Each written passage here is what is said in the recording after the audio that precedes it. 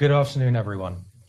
Welcome to the people in the room and to those of you tuning in online. I'm Simon Cooper. I'm a journalist with the Financial Times, and I'm delighted to be your moderator today. I write about all sorts of things, but I'm very interested in how technology is changing our working lives. And your host today is Eurofound, which is a European Union tripartite agency, and its current program focuses on working conditions and sustainable work, on industrial relations, labor market changes, and quality of life and public services.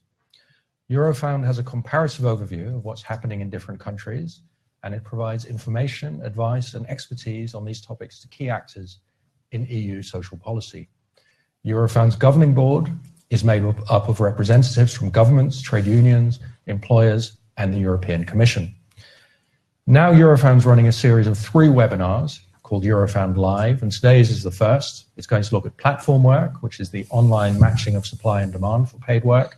And the next webinars will cover ICT mobile workers and issues around automation and employment. So where do we stand with platform work? One day, I think people will look back at 2018 and say that's when they first began to try and regulate and organize platform work, because we're in a new world and we're facing new questions. And you can compare it to the Industrial Revolution 200 years ago. So I was reading in August 1818 in Manchester, workers led by the cotton spinners got together to set up the first ever trade union that combined workers from different sectors.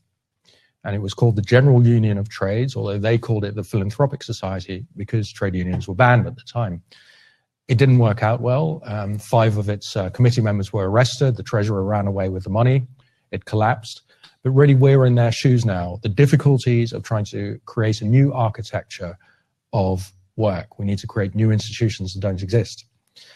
And the disruption from platform work may have only just started and may grow quite sharply in Europe. Because if you look at the least regulated economies, the US and UK, least regulated Western economies, probably where platform work is already most developed, you can see how big very quickly it can get. So 3 years ago, there was a survey in the US which showed that 53 Americans, 40% of the workforce, are either freelancers or moonlighters, which means that they freelance on the side from their regular jobs. Think of a school teacher who drives Uber cars, for example. And many of them, of course, are platform workers. Now, in most EU countries, the workforce doesn't look like that yet, but it could soon look like that. If you imagine young people coming into the workforce now, some of them might be platform workers for the next 50 or 60 years, given that careers are going to lengthen. And so we have to find ways to help them lead dignified and secure lives. Now, most of us, when we started our working lives, of course, we had never imagined this. We were not trained to think about this. What was the key issue in work topics? It was probably unemployment. And in the US and UK, again, the least regulated economies, that's starting to disappear as a concept. In the US now, there's unemployment of 3.7%, the lowest since 1969. In the UK, employment, people in work, is the highest since they began measuring these things in the 1970s. And clearly this has something to do with the rise of platform work. People who used to be unemployed now, for example, work for platforms like Deliveroo. And obviously, American and British workers still have problems. This is not nirvana, but they have new problems, not the problems we've been thinking about before. So today, the focus is solutions. And we're lucky to have with us people from different European countries who've tried to find, I think sometimes successfully, solutions to some of these problems. So I'm delighted to welcome our panel, which is full of experts on platform work. To my left is Irene Mandel of Eurofound. Next to her is Andreas Valkiers, an advisor to Belgium's Minister for Health and Social Affairs. Then next to him is Augustin Verlande, co-founder and chief executive of Frisbiz, a French platform that helps people find skilled workers for home improvement tasks.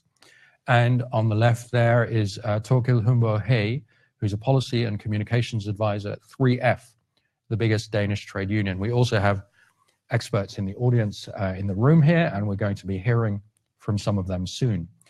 But first, I'd like to ask each of our panelists to introduce themselves briefly, also to help those of you who are following us online to get used to the sound of their voices.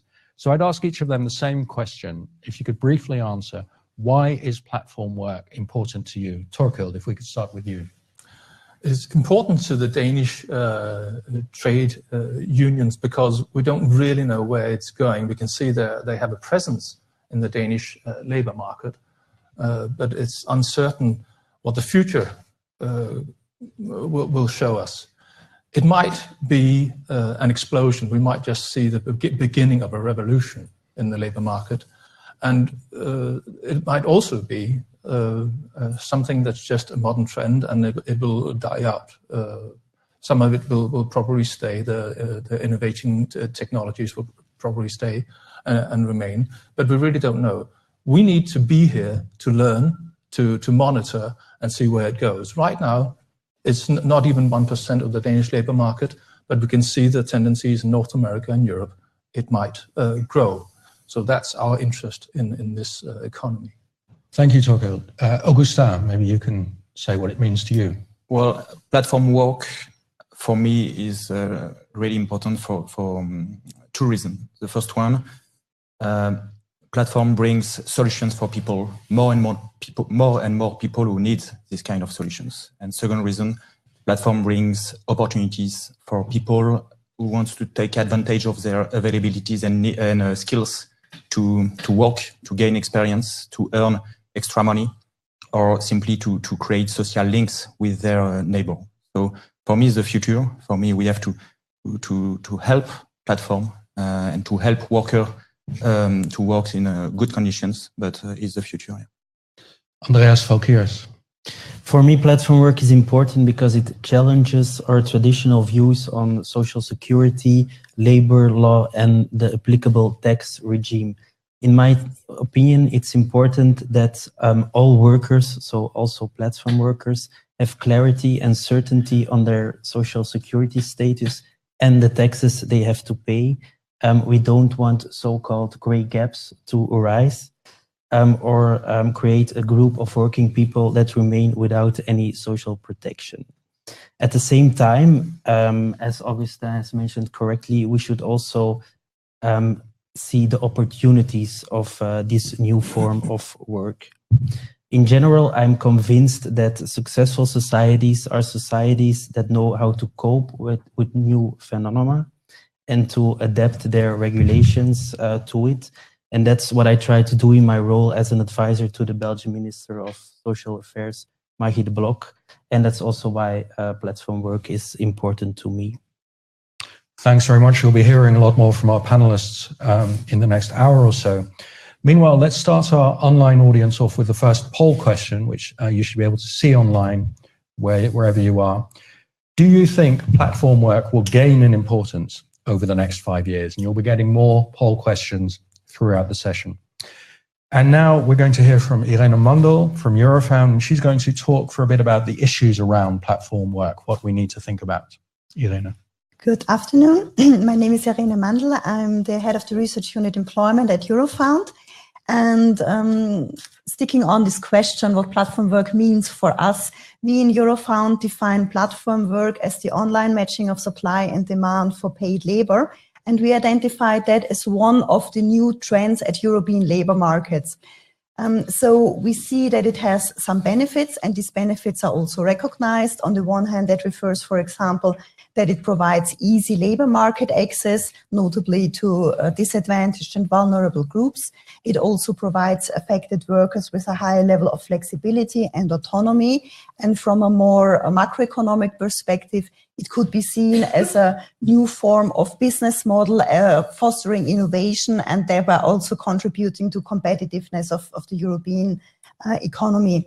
But at the same time, we see that there are certain challenges emerging from that. And why is it a problem? At the current point of time, we see that platform work as such, it's not a big phenomenon. It's in one-digit numbers. We see that about 8% of the European labor force does it regularly in terms of at least once a month. But the share of people who do it as their main job is quite limited. The most comprehensive statistics, which stem from the Joint Research Center of the European Commission, they talk about it's 2% of the European workforce who earn their main income through platform work. But nevertheless, what we see is that it has been growing quite dynamically over the last 5 to 7 years notably. And this not only refers to the number of platforms that are available in Europe and the tasks that are assigned through platforms and the workers that are affiliated to it, but it also refers to the diversity. So I think by now, in terms of the development of this employment form, we should not talk about one type of platform work at all, but to acknowledge the diversity, the heterogeneity among the platform work. And what we as Eurofound just recently did is we created a typology of platform work where we identified 10 completely different types of platform work, which already, as of 2017, 2018, have a critical mass in Europe. And these differences are important because they have different implications, what it means on working conditions and employment conditions for the affected workers. What we, as of today, most read about in newspapers, in media, but also in blogs or in policy discussions are concerns about the working conditions of the affected workers, mainly referring to the pay, the income that they get, that it is low, that it is not decent, that it is unpredictable for the workers, but also, for example, as regards working time, again, that they can't schedule as they would like to have, that they have either very long working hours or very short assignments, and notably also that working hours can be very unsocial, that it is in the evenings, on the weekends.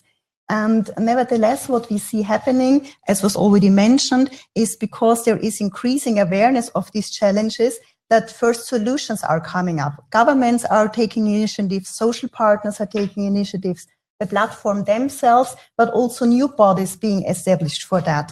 And in the field of tackling challenges relating to working conditions, we see actually all three happening. We see, for example, that platforms are establishing codes of conduct, that they want to behave very well as employer or as mediators for work and employment.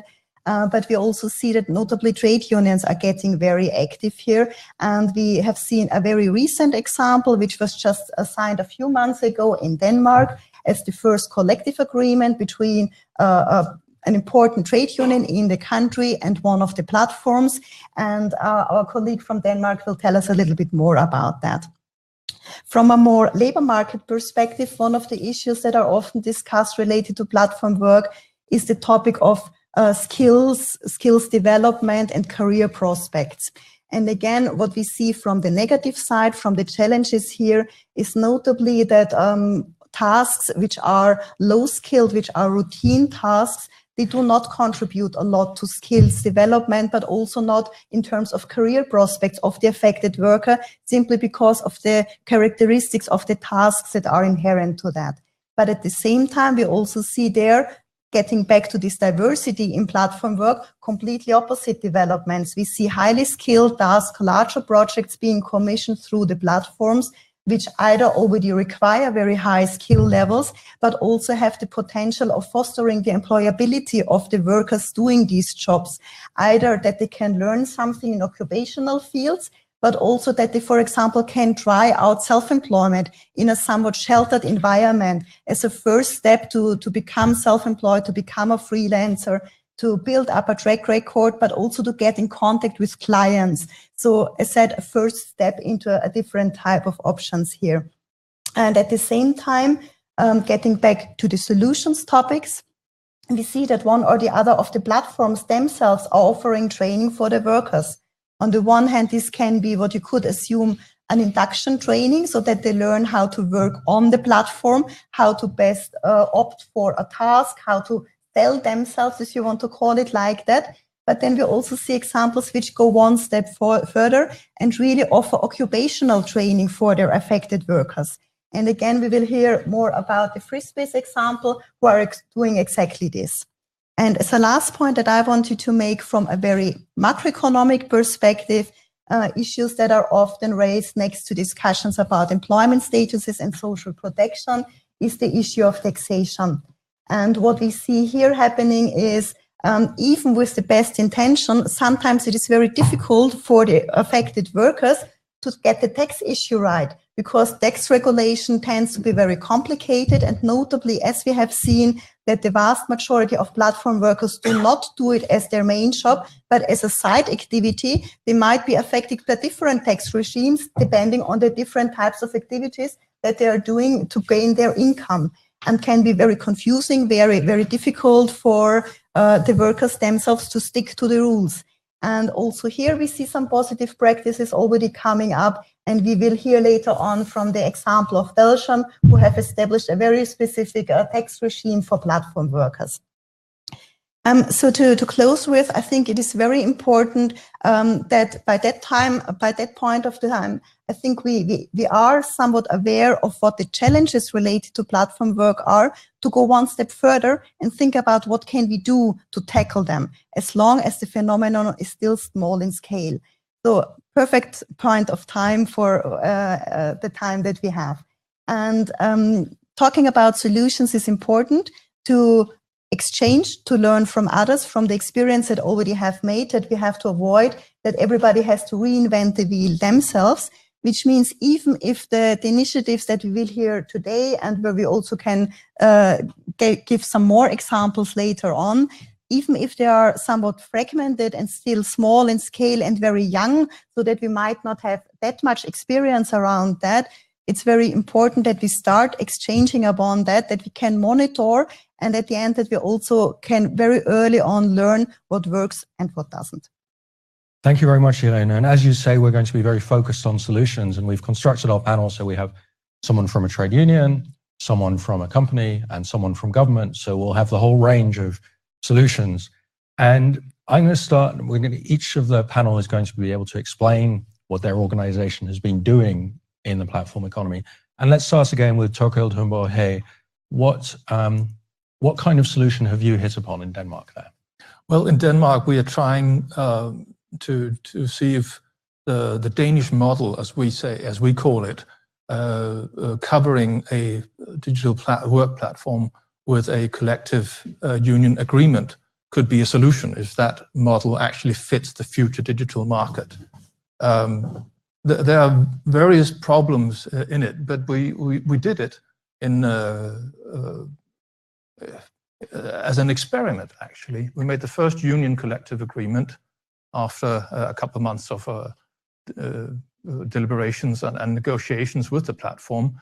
We did it, but we also made it a requisite that it only has a lifespan of 1 year, because basically we don't really know what we're doing. We don't know what is actually going on.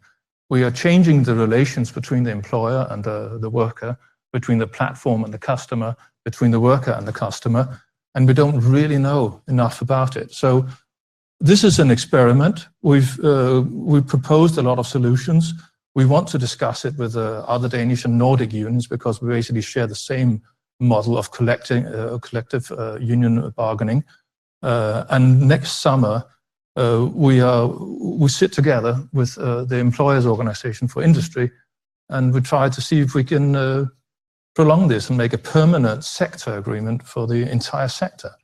Of course, already now, the union agreement has been in effect for a couple of months. It started the 1st of August, and this spring in 2019, we will sit together, do some focus groups with some of the platform workers, and try to make a report of what's going on, and how do you see things, and try to get some knowledge on what is happening. But already now we do see some tendencies that are worrying. Some of them are optimistic, and the short conclusion is there are benefits. There are really benefits, and we should embrace new digital work platform economy. But there are also alarming prospects of wage dumping and social dumping that are possibilities. Our basic objective is to secure fair wage, fair working conditions, and basic social rights to the workers. And if we can achieve that, then we've done well for the workers. But the difficulties are actually making a union agreement to fit digital work platforms and don't have a real workplace, and they don't have leaders, they don't have an employer, they don't have a human resource management office where you can go and solve daily problems. So there are many issues that we need to address in the future. Thanks very much, Torkild. Augustin Verlaine, can you tell us what you've been doing with Frisbees in this space? Well, Frisbees is an online French marketplace dedicated to local services. That means we enable people to find helping hands for any kind of small task, home improvement services. For example, if you need help to install IKEA furniture, or if you need help to move flat or to paint your bedroom. We connect all these needs to people with availabilities and skills to help the people to get the job done. So I launched Frisbees with my partner 6 years ago. We are based in Lille, in the north of France. We have 25 employees. And since 6 years, we are building a very strong and qualitative community of workers. Workers, they are individuals, auto-entrepreneurs, like a freelance, it's a special status, French status, very interesting. And some professional, but the majority are individuals or auto-entrepreneurs. We now have a very strong community all around France, allowing us to bring a very qualitative and reactive service to our clients. Since a couple of years, we also built strong partnership networks, allowing us to reach our clients directly when they need us, allowing us to bring a very qualitative services to the clients of our partners. Our partners are big retailers, home improvement retailers as Leroy Merlin, the French leader, European leader maybe, big company selling product for home improvement. We also have partners with several websites. That means today clients want to buy product plus service.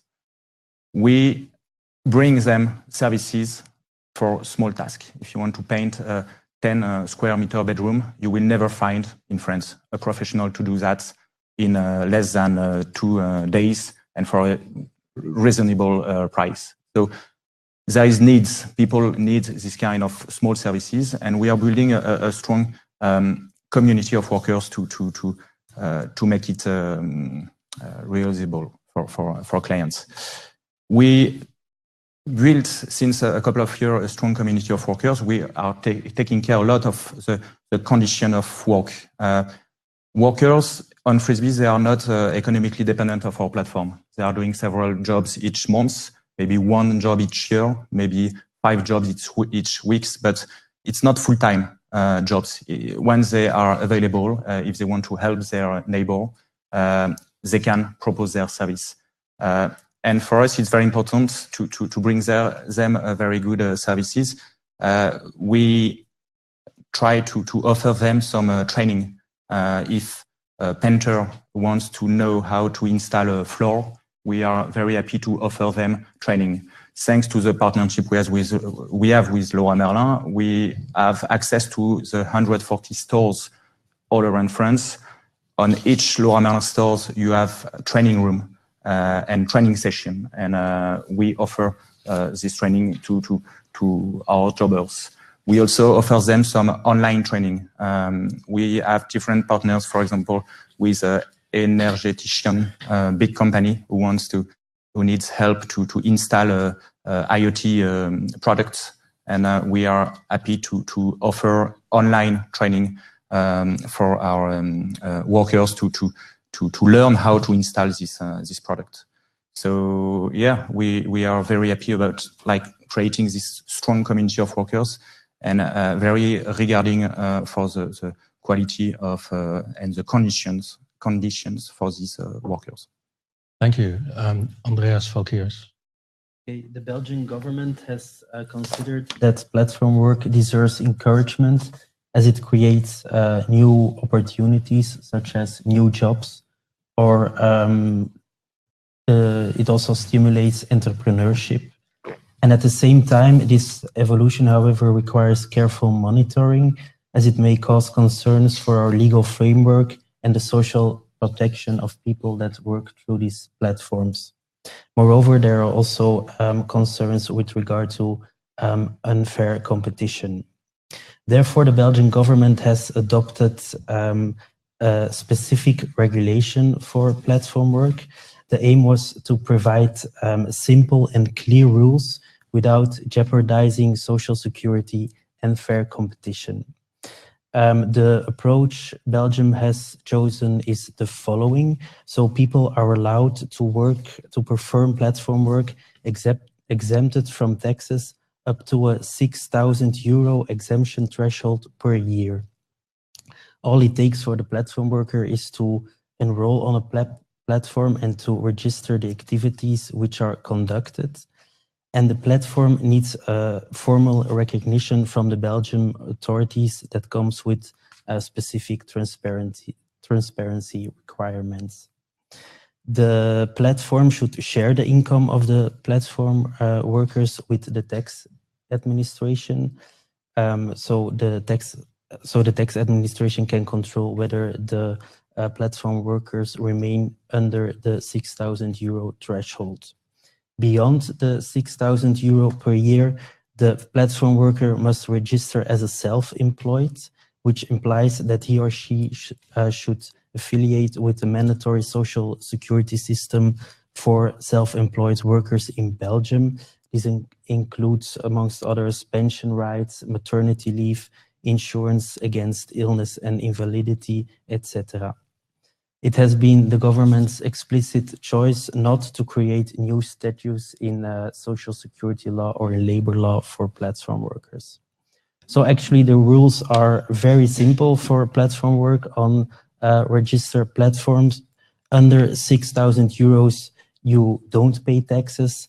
As from €6,000, you have to register as a self-employed and you have to pay the normal taxes. Thank you very much. We're going to have questions from the floor later on towards the end. And if you've joined us online, you can also send in your questions and they'll be sent to me and I can ask them of the panel. So please do send us your questions. Now, you've all explained what kind of solutions we're starting out with, we're moving towards. Let's go into that a bit more. Andreas, why did you feel it was necessary to why did the government feel it was necessary to make a specific tax regulation for platform work? What was the thinking behind this move? On one side, some years ago, when the platform work became popular, we got many questions for platform workers, but also from startups on the tax regime of platform work and also the social security of the workers on the platforms. And they both are asked for clear and simple rules. At the same time, the government also wanted to embrace the opportunities of platform work, but also to deal with possible disruptions of it at an early stage. And yeah, that's why they decided to design a specific regulation. And since the platforms and the platform workers were explicitly demanding for it, they got also involved in the designing of the regulation. Something that you have done at Frisbee that's quite innovative is pairing up with Leroy Merlin, which, as you say, is an enormous home improvement chain in France. And you're using it as a partner to reach customers and to train your workers, your jobbers. So how did that come about? Did you go to Leroy Merlin? Did they come to you? Both. But first, we called them. We launched Frisbees in 2013. Well, it was very complicated. It's very complicated to create a community, very complicated to find clients, very complicated to be trusty for them. You know, it's a new economy, new platform. And we decided with my partner in 2014 to think about our clients. Where are they? How can we reach them? Because we don't have any money. So we had to find a solution. And we decided to contact retailers and to contact Leroy Merlin in order to try to reach their clients, our clients, directly when they need us, when they purchase a product. And so when we called them the first time, we had a contact. Leroy Merlin is a French company, and they are based in Lille, in the north of France, as us. So it was quite easy to find a contact. And at this time in 2014, they just created a thinking group on the platform, delivery platform, working platform. So it was a perfect timing, and it was quite quick because it's David with Goliath. And we started test in 3 stores, and we started in 3 months. And after this test, 3 months test, it was like very successful. The clients were very happy to get a solution to install their purchase. The seller in the stores were very happy to have a solution to propose to the clients. And the director of the stores were very happy because everyone were happy. So we decided to deploy our solution in all the French stores of Leroy Merlin, 140 stores, and also to propose our service on the website, leroymerlin.fr. So for us, little startup, it was very powerful because a lot of clients came on our platform to find a solution, and we were able, thanks to our community of workers, to bring to their clients a very qualitative and reactive solutions. So it was the perfect timing for us. Torkild, you also at 3F did something quite innovative, because I think Danish trade unions are not allowed to represent self-employed workers, and the workers on the Hilfer platform were considered self-employed.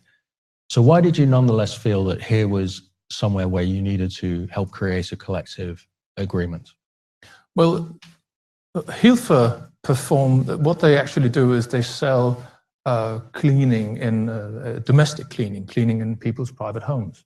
So the worker, they go on the platform, and through the platform they obtain contact to ordinary people who have a need for people to come and clean their homes so they can do other things. There is definitely a market for this kind of economy, but as it is now, this has been covered by black economy, which means basically we don't have an industrial agreement because we don't have people to negotiate with. It's private people who have a home. So this was ideal. One of the biggest problems right now is when the digital platforms, they try to go in on markets that are already covered by an industrial level union agreement. It's very difficult for us to say that, well, basically we have a union agreement, you just have to adhere to this.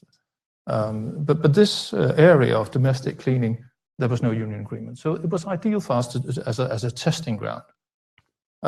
Also, we wanted to find out if a platform, a digital platform, could actually survive as a digital platform and at the same time pay fair wages, give fair working conditions, and also become subject to EU and national legislation that protects workers in various areas, which is very important.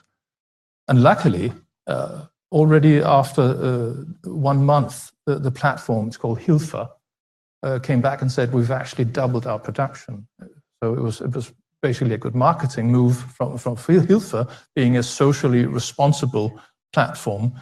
But of course, the big worry in the union was that it would die out very, very fast, because obviously the price of the services went up.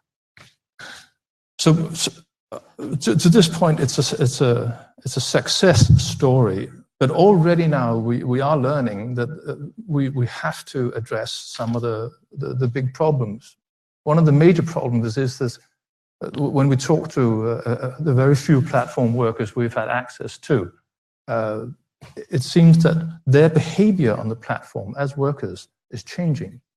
They no longer regard themselves as workers. They don't regard other people on the platform as colleagues. They see themselves as a product. They're on the platform with their picture, with a description. They have some resumes and some ratings from customers. They have become a product. And they are responsible for selling this product. And what used to be their former colleagues are now competitors.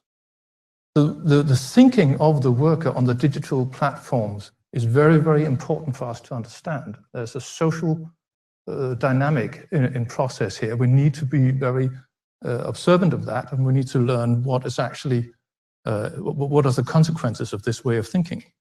Because if you are a product as a worker, you become subject to the dynamics of the market economy, which means basically it's dictated by the customer. And the customer wants quality, high quality, the highest quality they can get for the money they're willing to pay. They want flexibility. They want you to come and clean New Year's Eve or Christmas Eve. You have the freedom to say no, but then your competitors will say yes. You don't get the job and you don't get the money. You can't earn the money.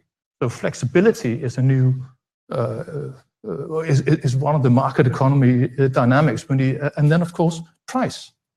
Suddenly you're competing on price. Suddenly what used to be a common worker interest together with all the other workers has become an interest in having the lowest possible price. And they're thinking in this way as a product. So what used to be the dream of an employer has suddenly become the reality of the worker. I have an interest in having the lowest possible wage, the greatest possible flexibility, invading my own private life, deleting or removing the boundary between my work life and my private life is in my interest, because I become more relevant to more customers that way, and also giving at the same time the highest quality possible. So these are the issues that we're looking into as a union, and we are spending this year getting knowledge on what's going on, what are the dynamics of the digital work platforms, and then we'll come to a conclusion next summer in a report that I think I have to write. So this is the platform economy as a potential worker's nightmare, which we need to try and... It's too early to make conclusions. But potential. Potential. Yeah. Okay, I want to slip in the second poll question for our online audience. It's multiple choice, and it's which regulations would you like to see governments introducing for regulation for platform work? And you can give multiple answers, not just one: social protection, tax benefits, etc.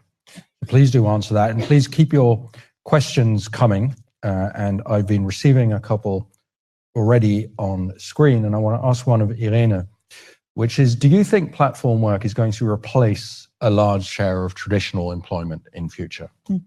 Well, I think a very huge crowding out of traditional jobs will not take place, at least not in the medium run.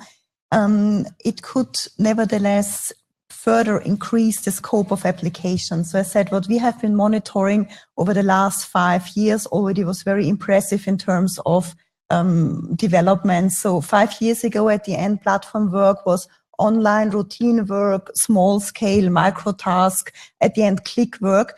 And nowadays what we see is also done on location, so locally face to face. It's also done for higher skilled and for larger projects. So I think there will be an enhanced scope, but not necessarily really replacing the whole economy.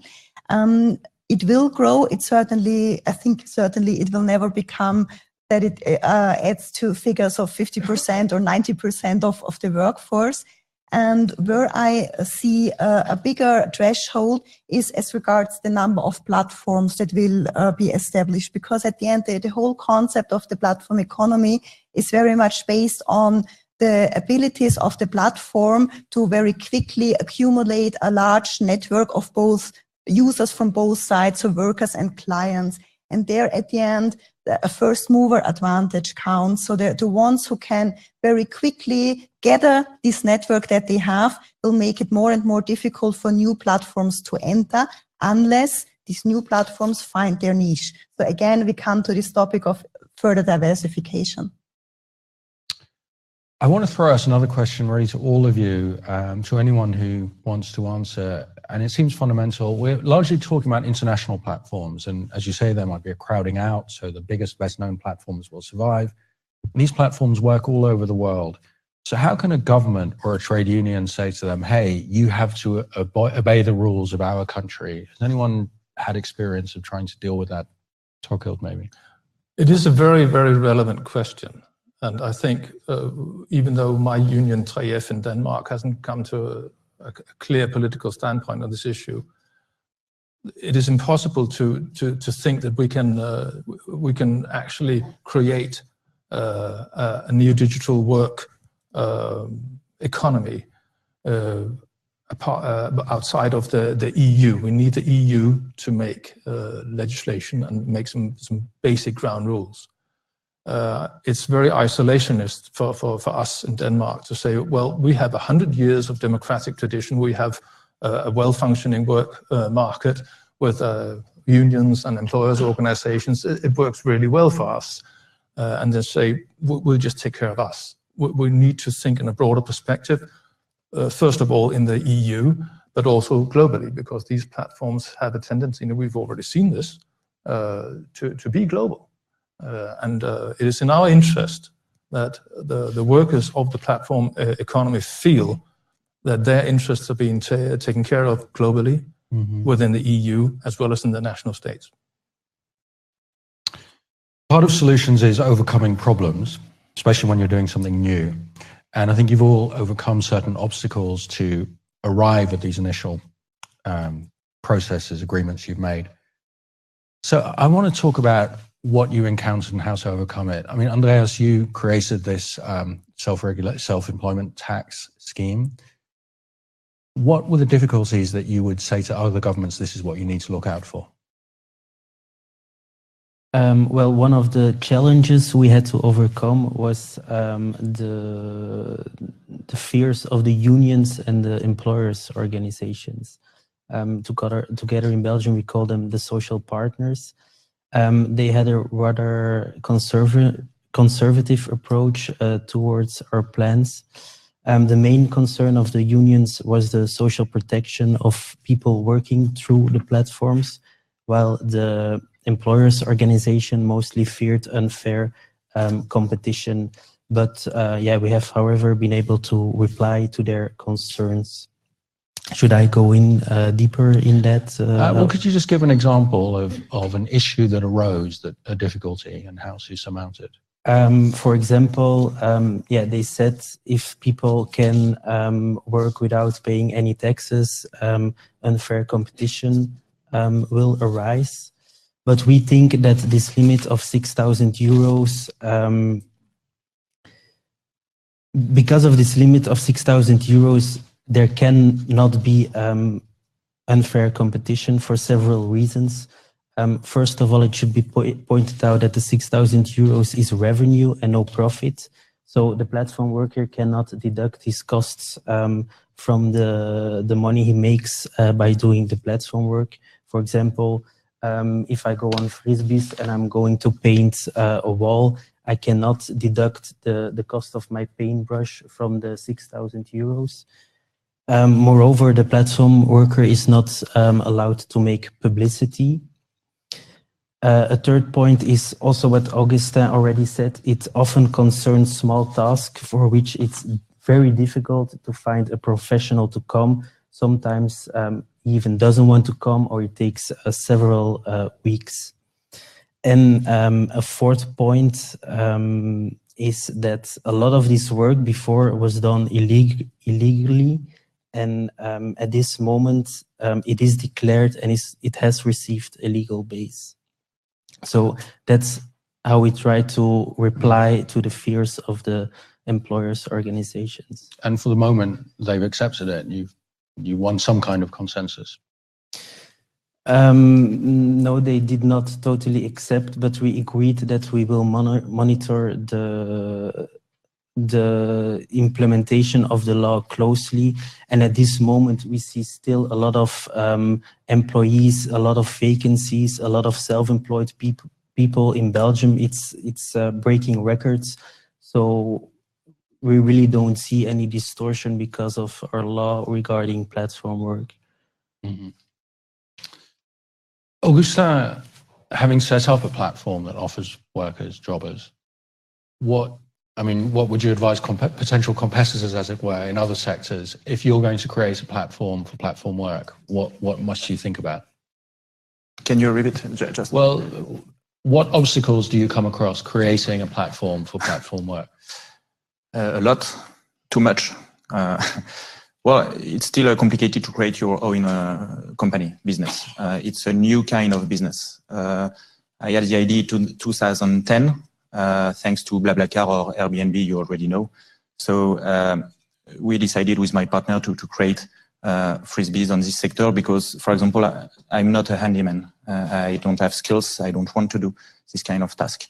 And I don't have the money to pay a real professional who will charge me a lot. So I decided to create this platform. And in France, it's there is a gray zone on this model. I had a discussion today with the administration, with here, and we have to work together with the French administration, with the European administration too, in order to create a very good environment for everyone. I like what you've done, Andreas, for Belgium, because I think it's a first step. The first step is very good. In France, we need to create this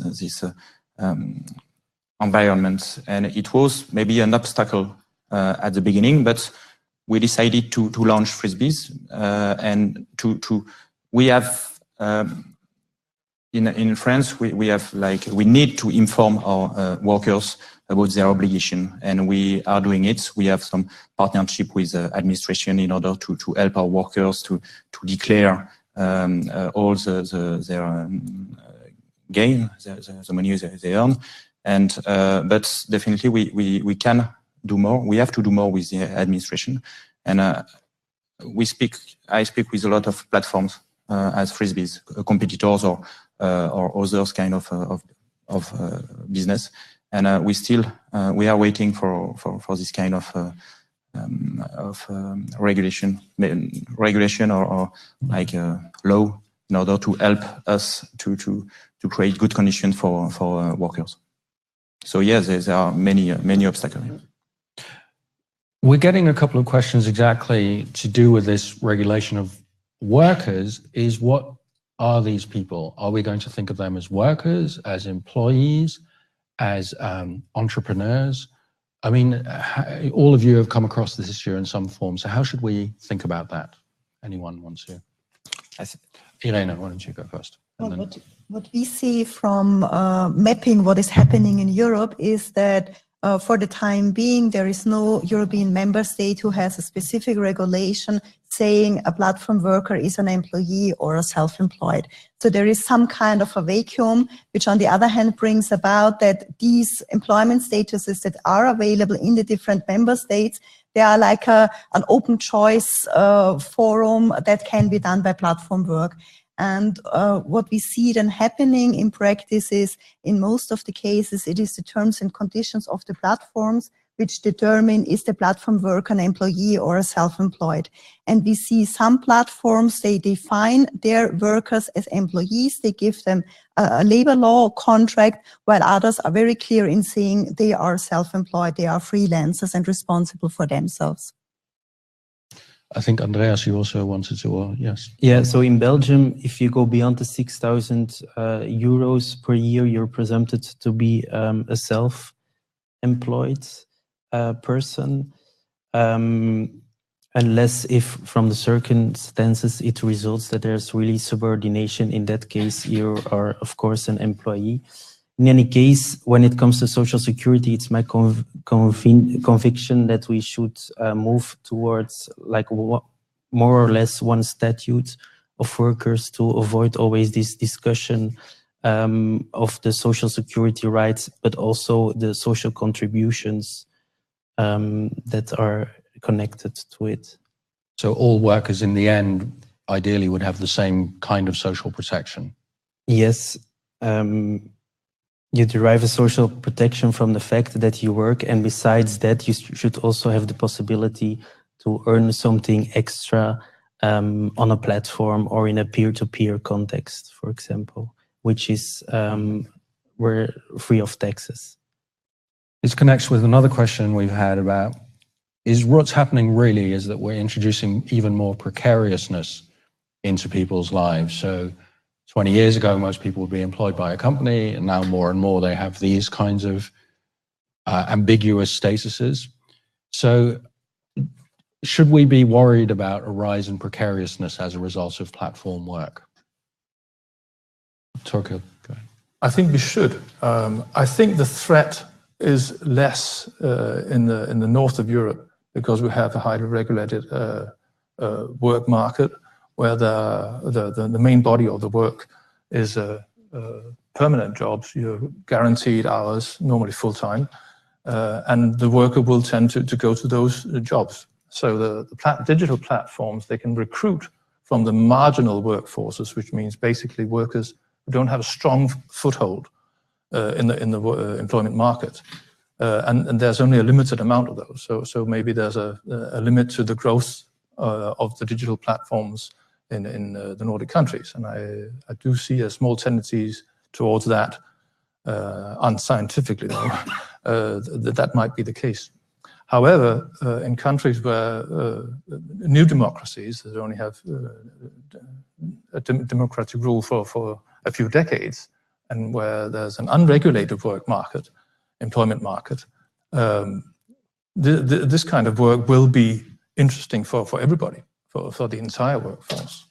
And to these employment markets, this is a threat, definitely a real threat, that precarious work will become the norm and not just something that people on the edge of the workforce will use to students or people who've been away from the work market for a long time, maybe due to illness or are trying to get a foothold back. This could be a good way back. So in North, it's a good thing, but in other countries, it's not a good thing. It might be the norm, and that's a problem. We need to develop Europe equally.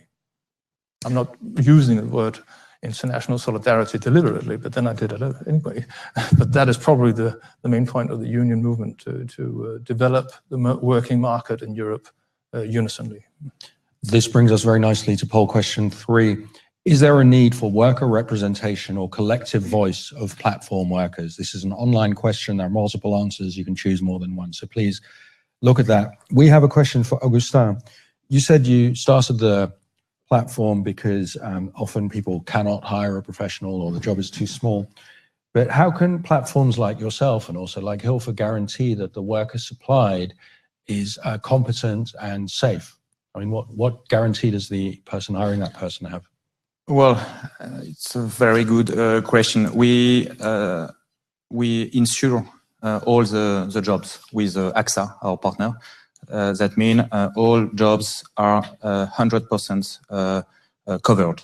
So this is first point, because workers can register on Frisbees for free.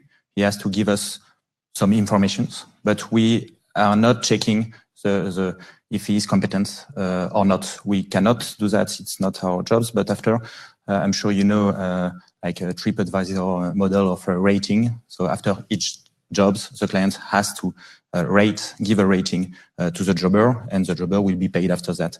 So it's very we cannot guarantee the competencies of the jobber at the first time, but workers knows the model, and he knows if he's not doing a good job, he will get a bad rate, and his future on Frisbees will be light. So definitely it's a new model. So and that's why the jobs, the tasks on Frisbees are small. We have an average price of 100 euros. It's 3 to 4 hours of work. It's for small task. If you want to do like big task on your house, you don't go on Frisbees. You go to the traditional professional who will work at your place. But for us, it's just only for small tasks, and we have strong moderation on Frisbees and a lot of forbidden tasks. So when a clients come to Frisbees and post needs, we take it. We check if he's good or not, if he's dangerous, if he's forbidden, we cut it. Or so it's so that's why we are building a strong and qualitative community of workers, thanks to the ratings and thanks to the insurance. And now workers knows they have to do a good job if they want to stay on the platform.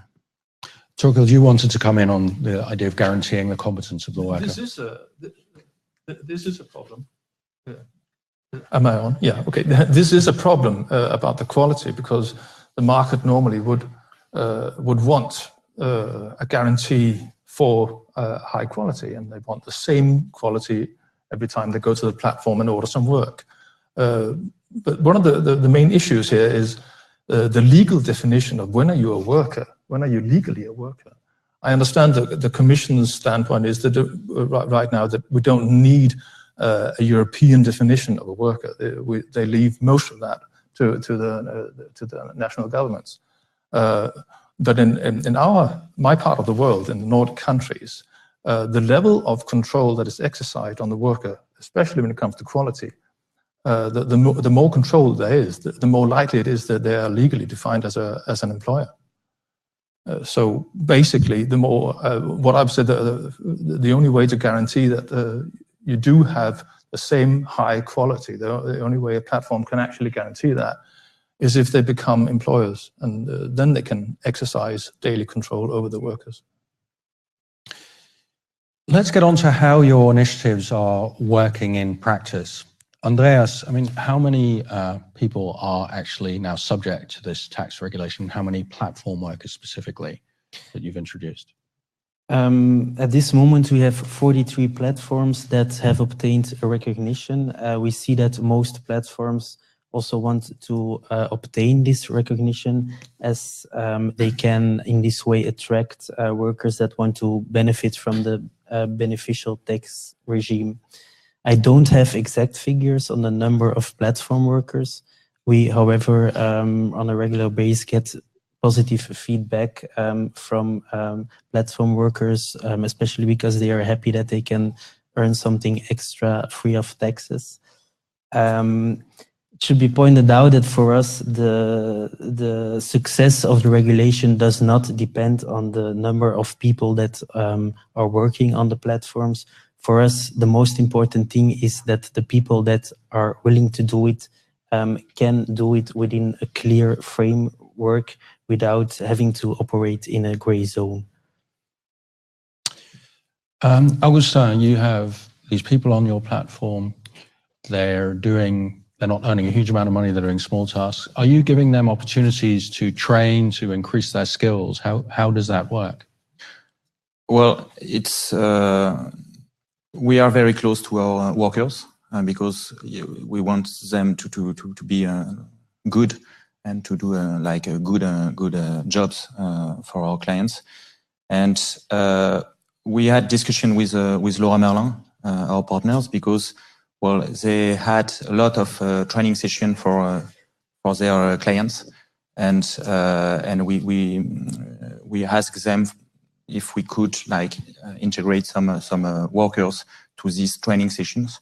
Some of our workers began trainer for Laura Merlin as well, and so it's very important for us to make sure our workers are experienced on different competencies, and if they want to learn more, for example, painting or flooring or everything, it's important for us to offer them the training, and it's free for them thanks to our partnership. And then we also offer online training. Online trainings, that means we are doing some videos and a training session like a webinar for our jobbers in order for us to give us training for specific competencies. I said it at the beginning, for IoT, installing IoT objects. I think the market will be huge in the next couple of years. The smart home, and a smart home, everybody wants a smart home, but it can be complicated to install the products, and we are happy to train our jobbers in order for them to propose these services to our clients. So it was natural. We started at the beginning with Laura Merlin 3 years ago to offering training to our workers, and we can do more because we have access to the 140 stores. It's we can do a lot of things, but after we have to create to structure our small startup in order to deploy this training sessions. And Torkild, how do you think things are going in your world? I know your collective agreement for the Hilfe workers is relatively new, but are you satisfied with have their conditions improved? Is life better for them? Let's look at the wage condition. The wage that a cleaner receives through the union agreement now is approximately 19 euros an hour, and that is the highest of the digital work platforms who perform cleaning in private homes. But apart from that, it's too early to say. We've only been going for about 3 months. As I already addressed, there are problems. But when we look at the other work platforms in Denmark and how they function, one thing is very clear to us, that we would probably have to negotiate union agreements for each individual platform, because the business concept of the platform, they vary. They're never the same. They always have a unique idea, and then they go make a platform. This is wonderful, but it's a very big challenge for the union movement if we have to negotiate for each individual platform. Creating an industrial level collective agreement will become a huge problem. And also, if we think in a European perspective, creating EU legislation that would actually cover all the platforms, make clear definitions of workers and employers and relations between customers, workers and employers and platforms, will become a huge challenge. And I cannot honestly say that we have the solution yet. Hopefully, 3F in Denmark will be wiser in 9 months' time, but it is a real problem. Also, one of the things we just talked about was looking at this from the customer's point of view. No customers are here today, so let's talk a bit about them. The customer is probably willing to pay more if they are guaranteed a certain level of quality. And that's the quality level discussion we had just a minute ago. But what does that constitute? If you have platforms that actually guarantee a certain level of quality, does that then constitute a legal binding agreement between the customer and the platform or the freelancer? And these issues are very important also to address. And the more the platform actually guarantees quality, and the more promises the platforms give to the customer, the more you are likely to go into the realm of creating a legally binding contract between the platform and the customer. And the whole concept actually right now is the platform, they just deliver contact between customers and self-employed. So there are issues we need to understand and mechanisms we need to understand before we go forth. But the other question that raises about the customer is we rate the workers and we give some guarantee about the workers. What about the customers? Who are these people? So Augustin is there. Do you rate customers? Do we know more and more about your customers? Workers has the opportunities to rate the clients, because all clients are not good, and so it's a mutual rating. First, it's like Airbnb. I think it's a both rating as well. And for us, it's very important to rate the workers, and the workers to rate the clients. Our clients, they are individuals who have some needs. It can be individuals. It can be as well professionals like companies. But yeah, we are rating as well the clients. Torkild, you wanted to say something, and then Irene? Yes, because the debate just opens a door to a whole new area. We also have to consider the privacy on the internet. One thing is I can go create a profile, put my picture up, and describe myself as a worker and qualify myself. But the rating systems and the opportunity for a customer to come and comment on my work creates some problems when it comes to privacy on the internet.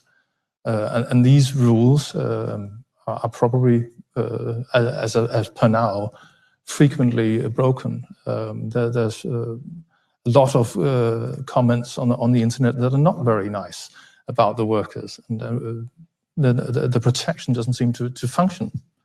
So also here we have problems that we need to regulate in a new way. Well, the question of people making comments about other people on the internet is an enormous issue which we haven't addressed at all. Irene, you wanted to add? Yes, regarding this topic about the rating of the customers, I think we have to go back to this topic of the diversity of the platform work, because there are sometimes, so at the end, to start from the other side, the worker, we have the concept, they want to repeatedly do the same type of task through the same type of platforms. That's where the rating makes sense, because they want to build up reputation so that they can build upon that for the next task. For the clients, this might be different. If you take into account services like Uber or Airbnb, where there is some inherent potential that also as a client, you use the same service more often, also rating the client or the customer makes sense. But if you're thinking about the example of, I want to have my room painted, I probably want to have that once every 5 years. So there is much less regularity in there. And then also this topic of the reciprocity and mutuality of the ratings does not make sense. Regarding the other point about privacy, data protection, regulation, I would fully agree there. So what we see happening in the field is that it happens that, now getting back to the workers, they get bad ratings, which not necessarily are justified. They have very limited possibilities of counteracting them, because there are no mediation services, no type of litigation kind of support for them to get rid of that. There is hardly any right to be forgotten. So even if you have a lot of good track records and you have one bad rating, this bad rating probably might stay there and might kind of destroy your reputation, or at least downgrade that for a while. So I would fully agree that there should be some thought brought into that is really also fair towards the workers. Torkild earlier on raised a very big issue, which is, are we going to have to regulate this all piecemeal? Because every platform is different. So we have one system of rules for Uber workers in Denmark and another system for delivery workers in Italy, and there is no overlap at all. Or can we possibly think about a European protection scheme, as it were, for all platform workers in the next decade or so? Is there any feasibility to some kind of European system on this? What do people think? Okay. Well, I think we need, first of all, to recognize that freelancers is a real thing. My union recognizes freelancers and self-employed people. So, and that is also the problem, because as we see working platforms in Denmark today, what they actually do is they use people who are not, they don't have a basic interest in becoming self-employed. They don't want to have their own business. They don't want to deal with customers' issues and advertising issues.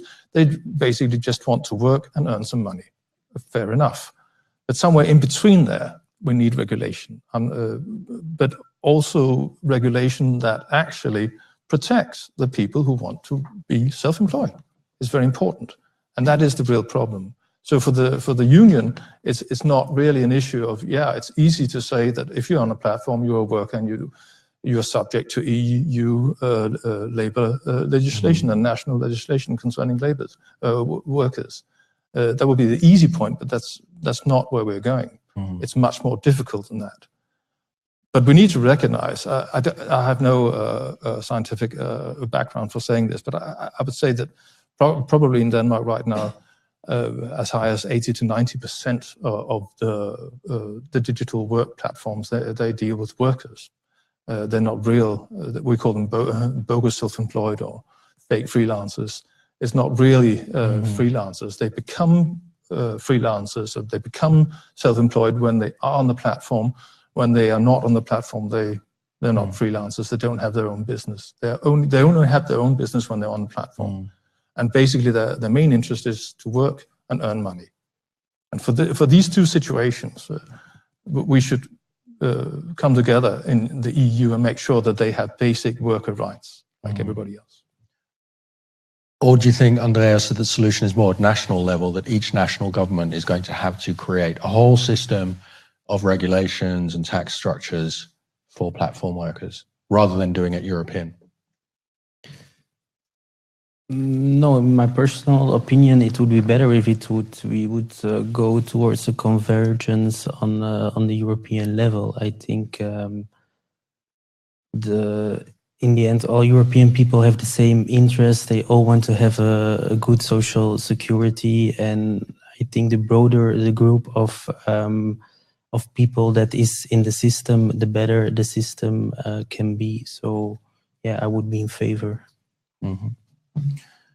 And then you have the additional complexity is that some people are doing this work across borders. So I think you have some cleaners from, say, Denmark, from Poland, for example, who can come to Denmark and work as a cleaner for a couple of months.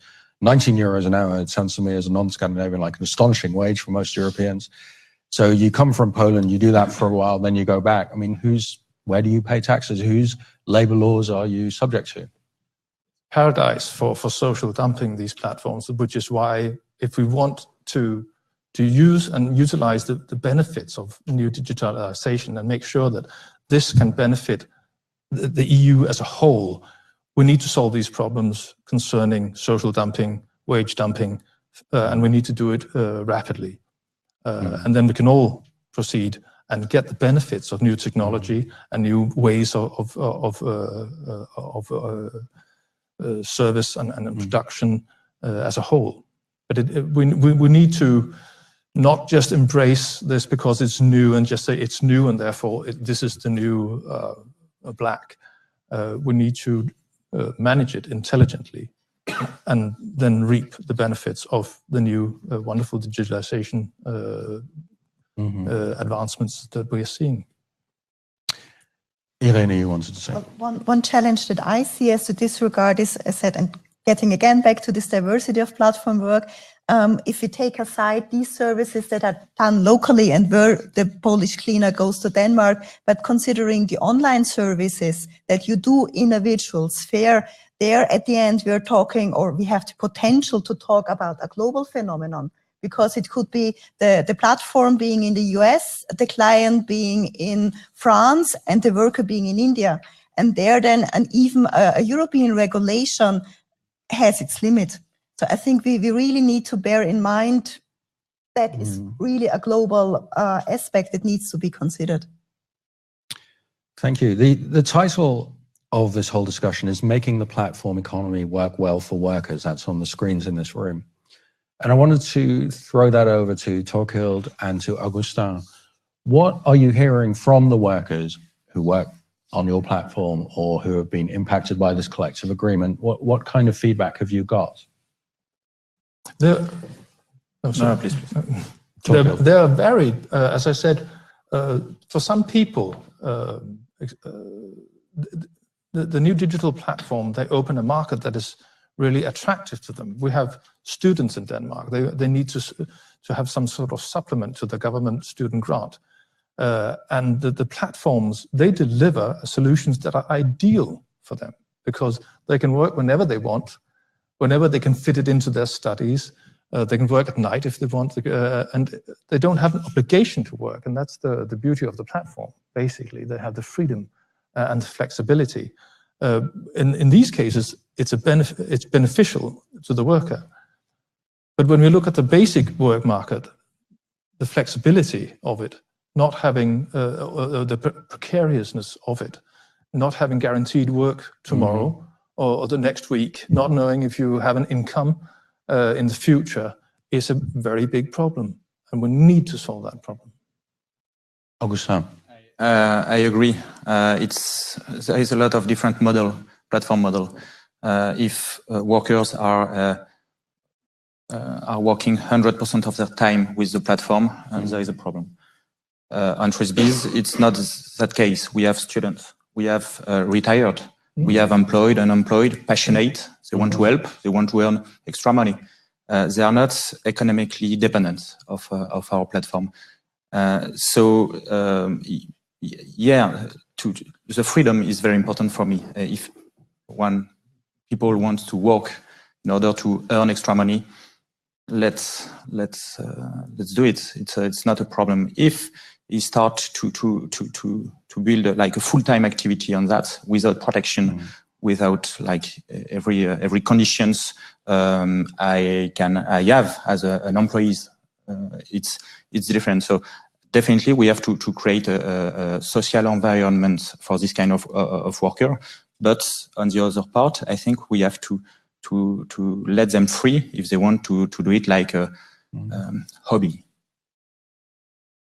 Someone has asked, do we know the percentage of women in platform work? Does platform work allow better reconciliation of work and personal life? So you mentioned students and retired people, they are attracted to the opportunity to work occasionally like this. Is platform work a very female sector? Torgo. I think as we see it right now, the patterns that we see in the labor market as such, they are reflected in platform work, which means if it's cleaning, there's a tendency that it is women. If it's transport, there's a tendency to the male. But this is also a huge problem. In the EU, we have legislation that regulates discrimination because of gender, age, and so forth. But this is quite obvious when you're on the platform and you present yourself. The customer can see who you are, and they will choose from whatever norm they have. I'm 53-year-old, I'm a white male. I could go on a cleaning platform, but my prediction is I won't get a lot of work. I don't know why, I'm an excellent cleaner, but that's my prediction. I think young women on the platform, they will get a lot of work. But we have EU regulation to make sure that this does not happen. And here we have a new economy that actually almost invites you to choose from what you like and the norms that you have. Mm-hmm. This is another big problem in the platform economy. Yeah, so how would you tackle the issue that, say, a non-white worker and a white worker, same rating, same experience, they want to be cleaners or Uber drivers, the customer chooses, and as we know from job discrimination, there is an enormous amount of it in Europe. On platforms, is there any way to prevent this kind of job discrimination? What can we do so that the non-white worker gets much less work? Irene. Well, what you could do is at the end how on a platform the profiles are presented. So does there need to be a photo? Does there need to be gender, age, this type of information, or rather limit the type of information that are specific for the qualifications for the tasks? What we also see then for some of the platforms, it actually is not the client who decides, but it is done through the algorithm. So there we need to make sure that the algorithm is programmed in a way that it is not discriminatory, and that there are potentials where we're actually seeing both. We either see that the algorithm helps to make it more neutral, but we also see examples that obviously there is something going wrong with this algorithm, and we nevertheless have even more discrimination there. Any other thoughts on how to prevent discrimination when the customer's face, as you say, is on the worker's face is on the platform that you choose? Well, we do have a platform in Denmark where your profile is not visible, but you just order work from the platform. So the customer places the customer's profile. I have work in my home next Thursday for 2 hours. And then all the workers that are on the platform can go on the platform and say, I want that work. And it's basically whoever gets there first gets the job. That's a good idea. It's a new concept. However, it doesn't please the customer probably. Mm-hmm. They get anybody really. And there's no guarantee for the quality of it or who comes into your own private home. So there is a problem between the taking care of the customer interests, which basically rule here, and what we know now as protection against discrimination in the employment market.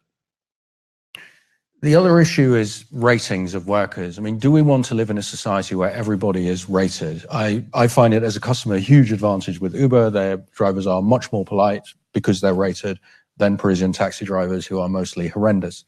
And so it works for customers, but especially for lower skilled workers who do not have the selling points of a good CV.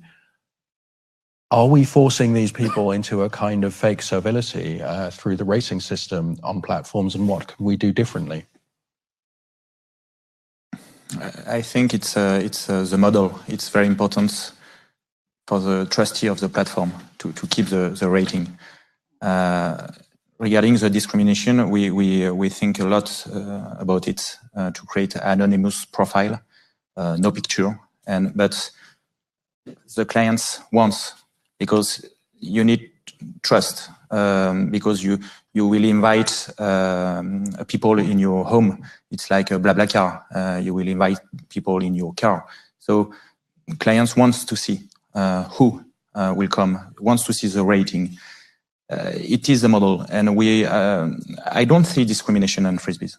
Definitely, there is not a lot of women, but maybe it's because they don't want to do this kind of jobs. But I don't see discrimination, and I never receive complaints from workers about discrimination. Never. So it's anonymous because it's just the first name. We don't give the last name. We ask for a picture. We check the ID and we check information, but there is no discrimination. Well, I hope there is no discrimination on frisbees. And for the rating, unfortunately, I think it's part of the model, and we will keep it. Torkel, I think you're not in 100% agreement there. Well, ratings in itself is not the problem. The problem is fair ratings or just ratings. That is the real problem, because you have no guarantee that the customer have a rating system that is generally a norm. That's why it's important for the workers to be able to rate also the clients. Not always, because that doesn't address that. If I've been cleaning at a home and there's the customer goes on my platform, my profile, and says, Torkel is a terrible cleaner, but it's just a customer who's a little difficult, maybe. You know, has a very, very high standard of what they want to buy, the quality they want to buy. We can't have a relative rating system from the customer and also guarantee fairness in ratings. So this is also another problem. Irene. Well, I fully agree. The topic with the ratings is about the fairness. And then you could again make the point, you have this type of platforms where the rating does not come from the client, but it's through an algorithm. So that could be fairer. But then again, we see examples where, because of this automation of the rating, again, the worker has no possibility of saying, for example, giving an explanation. So there are cases, notably with these food delivery platforms, where then ratings might be generated automatically, and the worker gets a bad rating, but he can't do anything against it because the client just didn't open the door. And he was there, he delivered, but it's not in his area of making any improvements as to this regard. And a second point regarding the rating, where it can be challenging for the workers, is if you are a newcomer on the platform, if you do it for the first time, or if you do it very few times, quite naturally, you do not yet have either any rating or any good ratings, because, and then it's very difficult for you to get access to a task if there are your competitors on the platforms who have better ratings. And getting back to the solutions, what we see as regarding this later point, some platforms are doing is that they offer as the platform to the newcomers as their workers, that they use some criteria to give them some first assessment that they can get into the platform market, and then build upon the rating through the other schemes. Andreas, we've had a couple of critical questions about the Belgian tax initiative. Here's one that says, is this just deregulation? There is a tax-free limit which avoids the question of social security. Are you deregulating the labor market by introducing these people who are not paying? No, I think by installing this 6,000 euro threshold, we give people the possibility to earn something extra. These are mainly people that already have a main job, and so they derive their social security rights from their main job. But aside from that, they can earn the 6,000 euros per year. On the other hand, if you don't have a main job, we see it as a stepping stone to a self-employed activity. But to be clear, from the moment you pass the 6,000 euro limit, all the income is considered as professional income, and you have to affiliate with the social security system of self-employed people. So there is no possibility that somebody is able to make a living out of only platform work without having a social status, social security status. I want to ask poll question 4 to our online audience.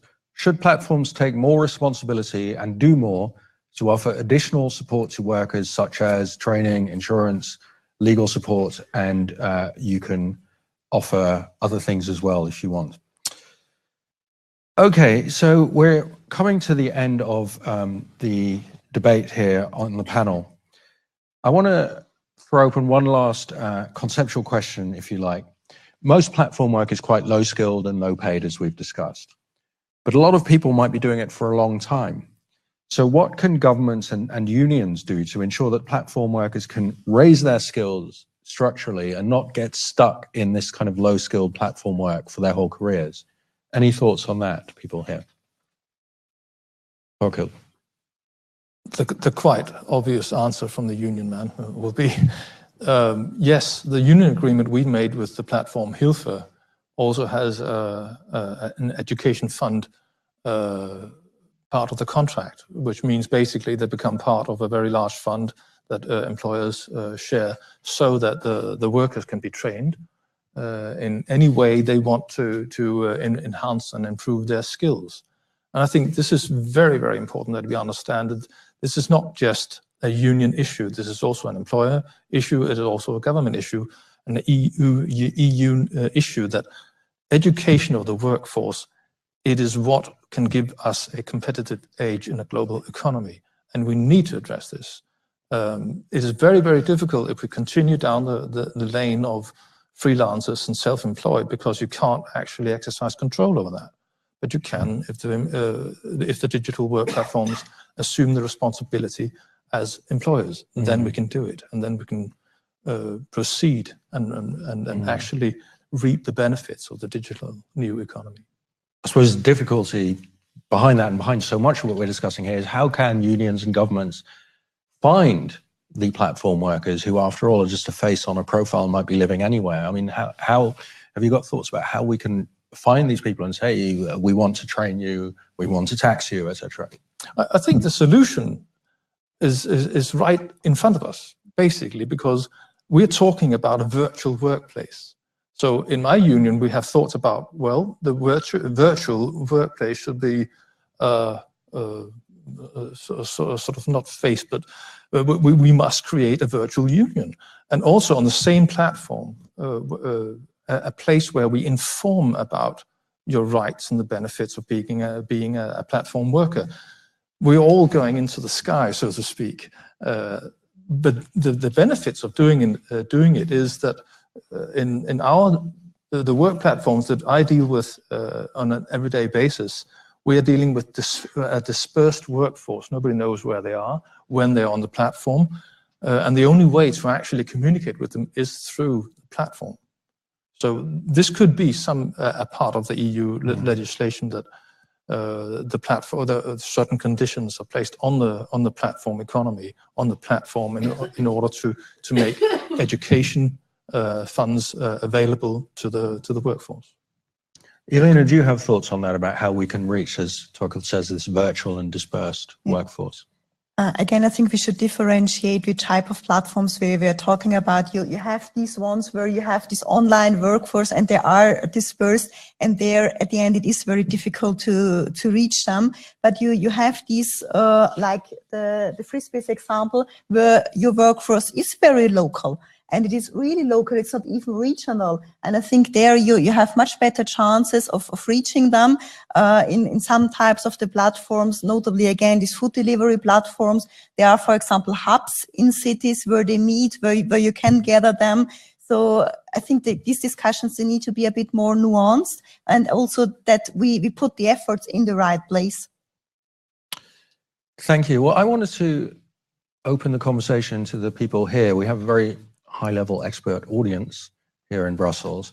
And I want to invite a couple of people here to start with a brief comment and maybe question. I'd like to start with Sarah Ribassin of the SMART Cooperative, which is the Société Mutuelle pour Artistes here in Belgium. Sarah, please. Is there a microphone? Yes, there is one, and it will be coming to you in a moment.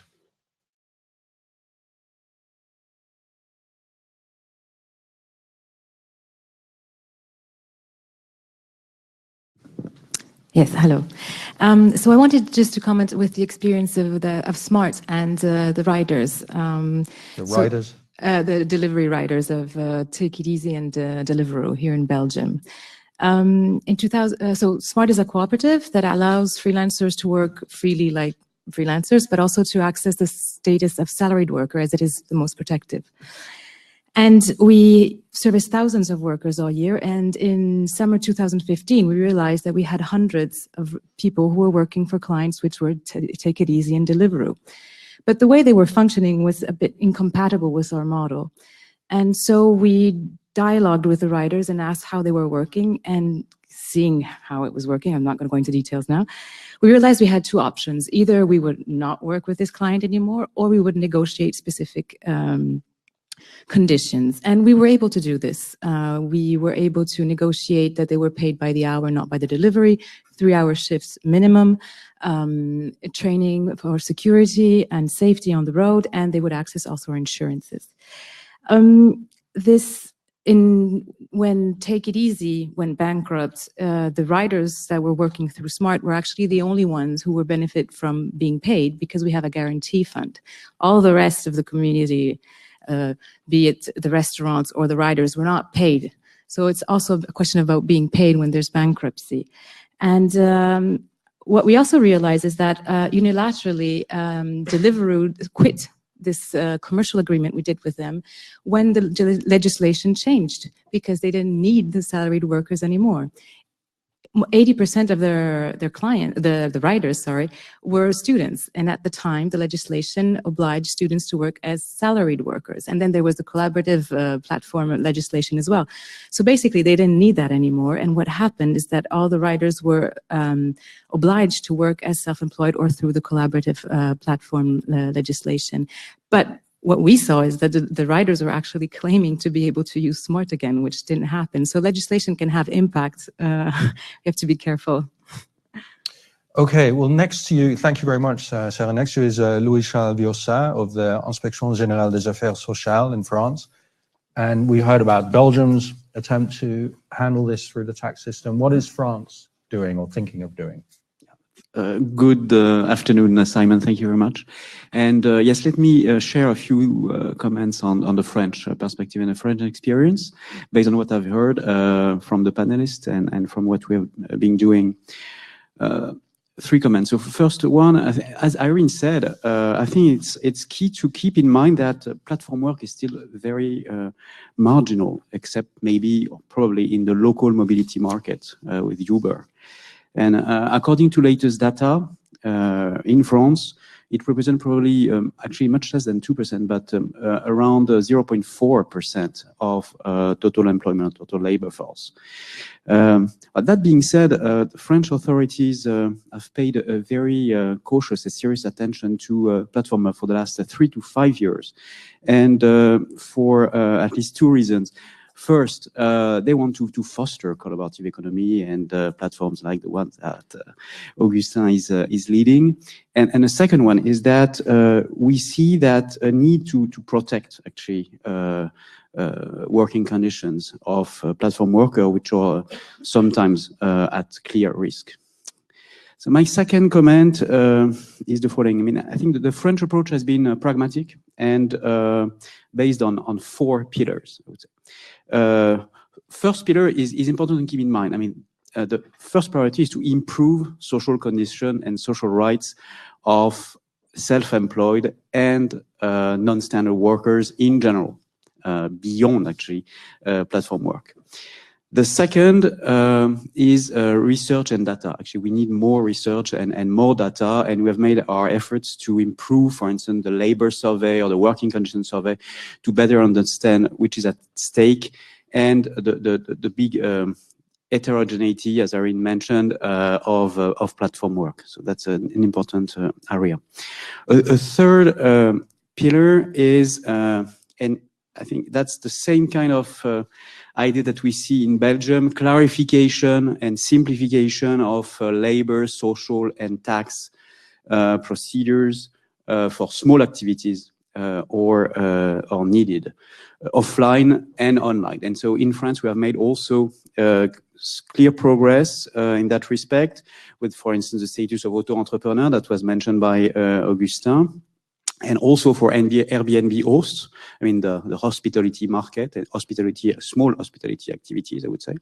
But there is still certainly more room for progress as far as local services and what we call nano activities are concerned. That being said, so far the French authorities have not followed the path of Belgium as far as tax exemption is concerned for equity reason, unfair competition reason, and potential financial and budgetary cost reasons. And the fourth and final pillar of our approach is based on what we call social responsibility of platforms. So it's a principle which has been passed, I mean, introduced by law in 2016 for platforms which are not like Frisbees, but which are like Uber, I mean, which fix prices of their workers.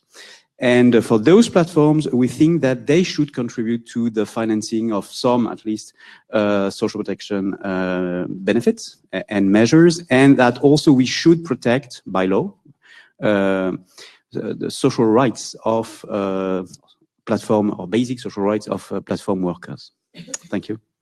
Andreas Volkers of Belgium, the Belgian government, do you want to come back at all on that, on any of these issues around taxation? No, I think we brought in sufficient barriers in the system to prevent unfair competition and social deregulation. I want to ask Hanneke Benares of Leiden University, who's also in the audience, for her comments on what she has heard here and anything she would like to add to that. Thank you, Simon, and thank you so much for organizing this because it's highly interesting.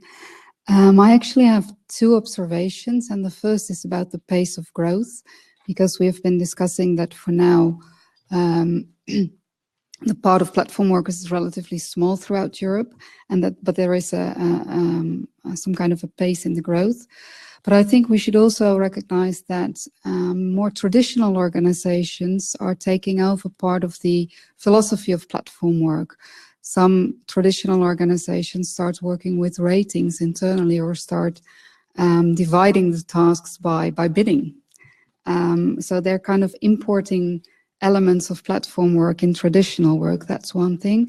And the other thing is, and that might have been nicely illustrated by Frisbees, is that not only are platforms innovative new markets that are emerging or created, sometimes it's also a way to crowd out work from traditional companies. The big company that Frisbees is working with, they could also choose to have a service department themselves, and they don't. They use the platform. So when you look at the growth of platform work, you should not only look, I think, at the new initiatives and the new platform workers, but also at the change of traditional organizations and the way traditional organizations are crowding out work. But having that said, I think that's my second observation.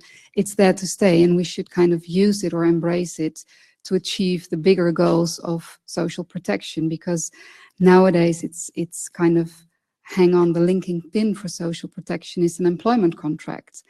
And that's not going to stay forever. So if we feel that the values that we are protecting through social protection, fair work, fair conditions, and safety for workers, then we should try to find new innovative ways.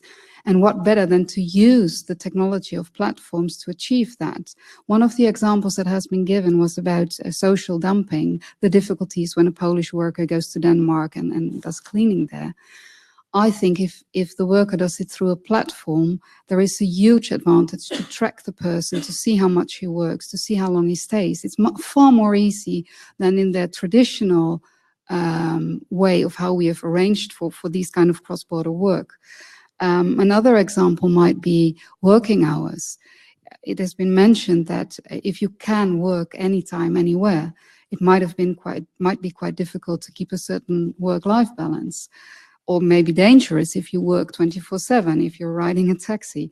And if you do that through a platform or through an application that uses algorithms and it collects data, how easy can it be to monitor that, or to use the technology to achieve these kind of basic goals? And I think that's a way of thinking that should be incorporated when we talk about platform work.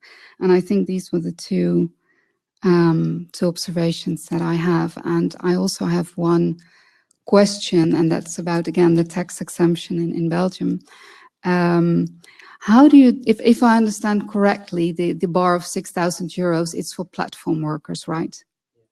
How do you justify that people who have small side jobs, that they don't get through a platform, but that they get in a regular way, that they are taxed? I just don't get why it's so different. I can understand the reason to have this barrier, but why so specifically for platforms? I focused here on platform work, but actually the regulation is broader. It's also for small works in a peer-to-peer context, and also in the context of social work.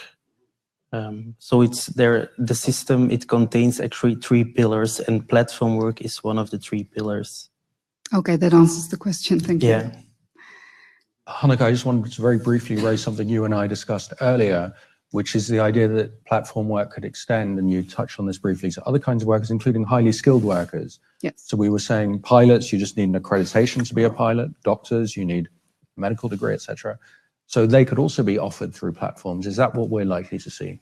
Well, I think that, and I'm not an entrepreneur, I'm just a lawyer, so I'm not very good in inventing new work, but I think that anything that is done in shifts, or anything that can be brought down to very limited tasks, can be hired out through a platform. So if you are an airline, which is, I think these days, not very easy, if you have an airline, you can kind of try to fill your roster through a platform. Mm-hmm. And of course, the pilots have to have the necessary safety trainings, and they have to have, of course, the license to drive a plane. But once you have selected that, you can allocate through a platform, the same for medical services, legal services, etc. Because, let's be honest, it's a very, very efficient way to match demand and supply of labor. It's highly efficient, with the risk on precariousness, but you can do it, I think, in anything that can be brought down to tasks, or that can be done in rosters.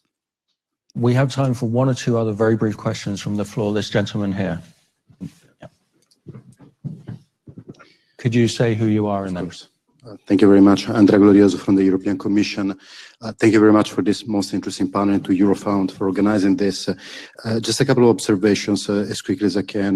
Privacy and personal data protection have been raised a number of times by the panel. I just wish to be very clear. We do have, and I think it has been mentioned, a EU-wide legislation, the General Data Protection Regulation, which is actually quite strong, I would say, on protecting people's personal data. If there is an issue of enforcement, as I understand there is, that is a national responsibility, and it's the responsibility of independent data protection authorities to follow up on these issues. On the other hand, let's keep in mind that personal data protection law is not designed to protect you from having other people say things that you don't agree with. So we also need to find a balance there, because we also have a thing called freedom of speech in the European Union. Just very briefly, doctors are already on platforms in the US. There are services through which you can hire for a very brief period a psychologist, usually, to talk about your problem. Is it good? Is it bad? For some people, it's very good to be able to reach out to a therapist, perhaps in location where you normally wouldn't have the opportunity to, but it's already there. And then the main question I had, where I would like the opinion of the panel, it seems to me that one point that I'm getting from this discussion is that we need a lot more and better data on what's happening actually in this environment, notwithstanding the excellent work by Eurofound, some other works by the Joint Research Center. So should we, and I'm saying this as a personal question, I'm not committing the European Commission to do anything, but should we explore obligations on labor platforms, whichever way we want to define them, to share some of the data that they have in controlled way, perhaps, in order to allow more tailored and better focused public policies when there is a need to do it. Each of the panelists will have time for a very last key message moment. Just this gentleman behind you, and in that you can respond to this statement. I'm afraid this is probably the last question from the floor, so please. I'm Zachary Kiloffer. I'm a researcher with CEPS.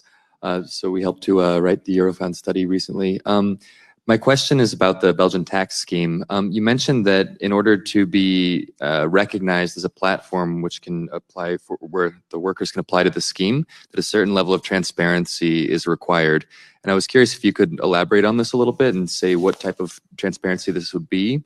And perhaps if this would nicely segue into the data discussion, if it's simply easier to get administrative data for workers through these platforms, through this regulation and tax scheme. I don't know the whole list by heart, but you can consult it online. But for example, you need to have a registered company in the European Economic Union. You should not be bankrupt. You should not be convicted of fraud.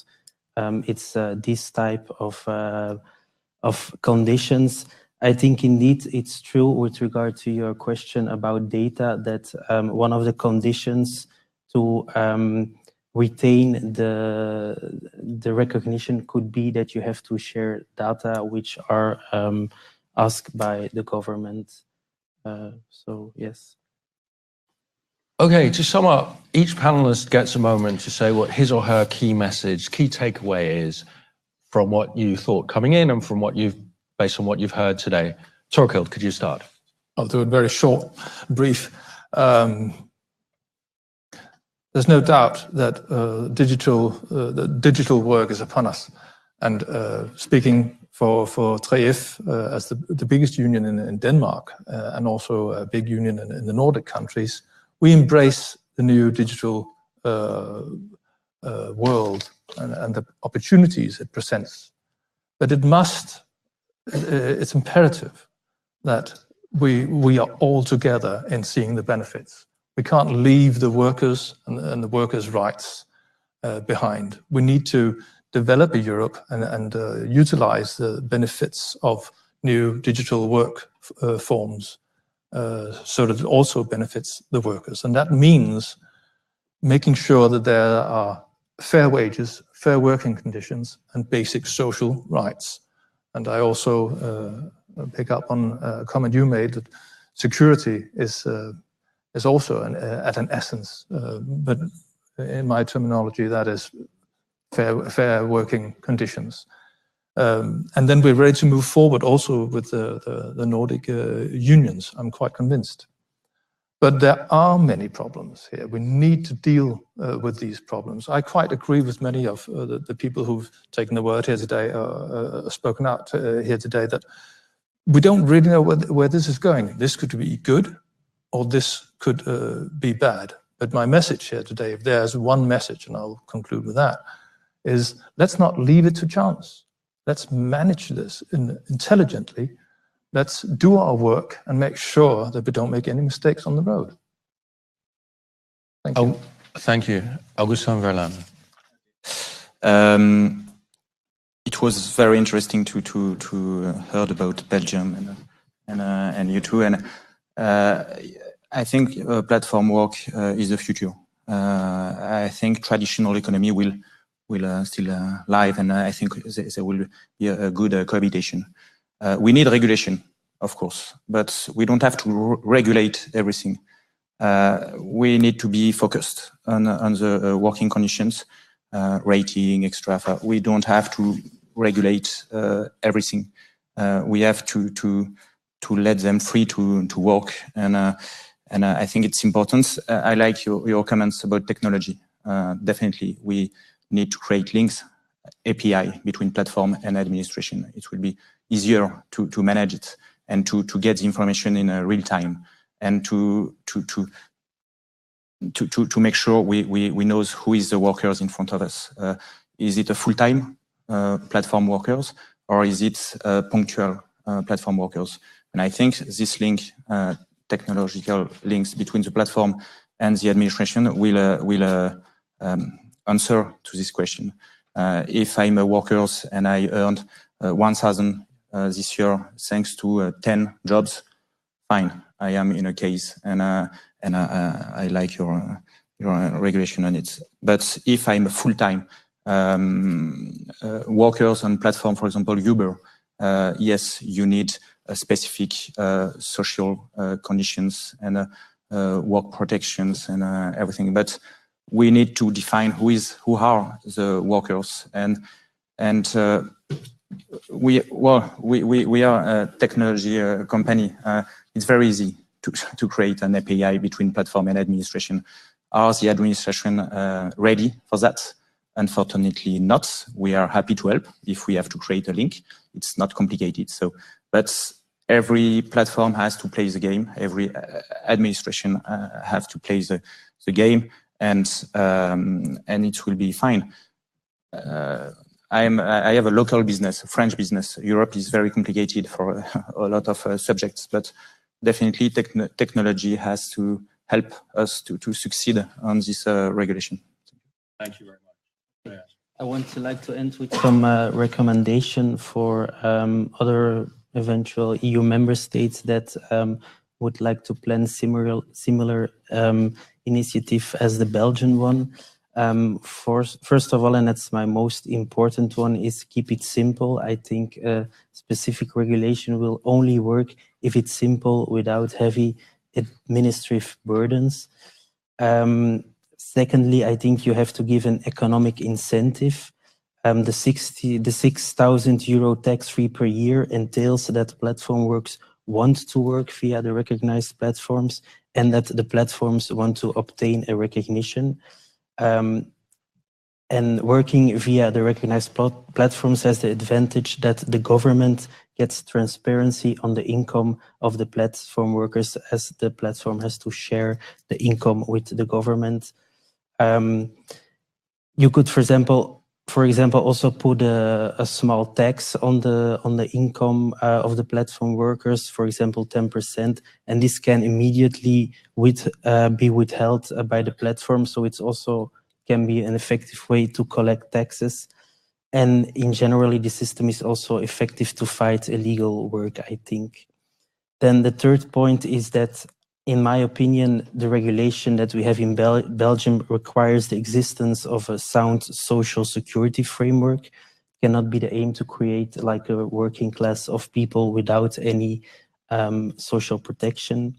And then last, I think it's important to involve the different stakeholders, such as the platforms, the platform workers, but also the social partners. It's important to respond to their objections at an early stage. And what I got from the panel discussion today, what I found the most interesting was the point of Augustin. I really like how Frisbis is paying attention to the training of the workers, because I think if we see in our Belgian system, the platform work as a stepping stone to a self-employed activity or an activity as an employee, I think it's also very good that during the performing of the platform work, the workers learn new skills. Thank you, Irene. Thank you. Well, my takeaway is I think there is a big agreement that there is a need to protect decent working employment conditions of platform workers. At the same time, we see that things are already happening on the ground. I think the examples are also very nicely showed that it is a combination of different actors, a joint responsibility of making these things happen. And as a last point, that we need more exchange, more information about what is happening and how this is working. And as to this regard, I would like to invite everybody to visit Eurofound's web repository on the platform economy, where we see more of such initiatives. And also, if you know more about such initiatives taking on, let us know that we can share this information. Thank you very much, Irene. Yes, everybody must go to the Eurofound website. We've had many answers to our online poll questions, and they're up on screen here. And the first was, do you think platform work will gain in importance over the next 5 years? And really, almost everybody thinks yes. 99% thinks it will, only 1% thinks not. and 61% expect considerable gain in importance. So, okay, we're all expecting to move towards a platform economy. Next question, which regulations would you like to see governments introducing for regulation for platform work? People were keen on social protection. That was the top one they named, 30%. Then employment law regulation, 25%. Tax, 21%. And last, competition law and consumer protection. The next question, do we need worker representation or collective voice of platform workers?